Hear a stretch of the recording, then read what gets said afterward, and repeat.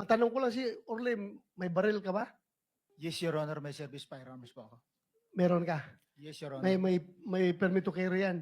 Yes, Your Honor. Ah, very good. So you can defend yourself pag Yeah. merong interesado sa buhay mo. Yes, Your Honor, at hindi ko na kailangan yung witness protection, Your Honor. Kaya kong sarili ko. Oh, yan ang Marines. Yan ang Marines. Paano yung meron kami ritong motion sana na koberan ka ng protective custody ng Senate. Baka makatulong sa'yo. Okay lang ba o ayaw mo rin yun? Ayaw ko rin, Your Honor, at ayaw ko nang maka-istorbo pa ng Uwa! Your Honor. Marines. Talagang Marines. kaya mong proteksyonan ng sarili mo. Yes, Your Honor. At may mga tropa naman ako na kayang dumipisa sa akin, Your Honor. Alam mo, Mr. Chair, Yes. yung branch of service ko talaga noon, hindi pa ako nakabunot ng Philippine Constabulary. Philippine Marines ako. Ganyan po katapang yung mga Marines.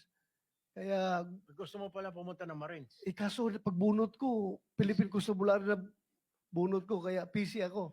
Naging PNP. Ba't di mo sinuli at bumunot ka uli? Sabi nila, yan ang kapalaran mo, huwag mong baguhin. So anyway, Mr. Orly Gutesa, ayaw mo magpa sa ilalim sa USA protective custody.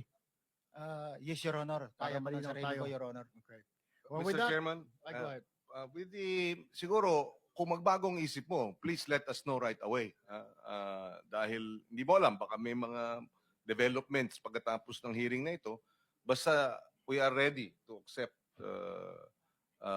your protective custody, the Senate. Right. Thank you, Senator Pangilinan.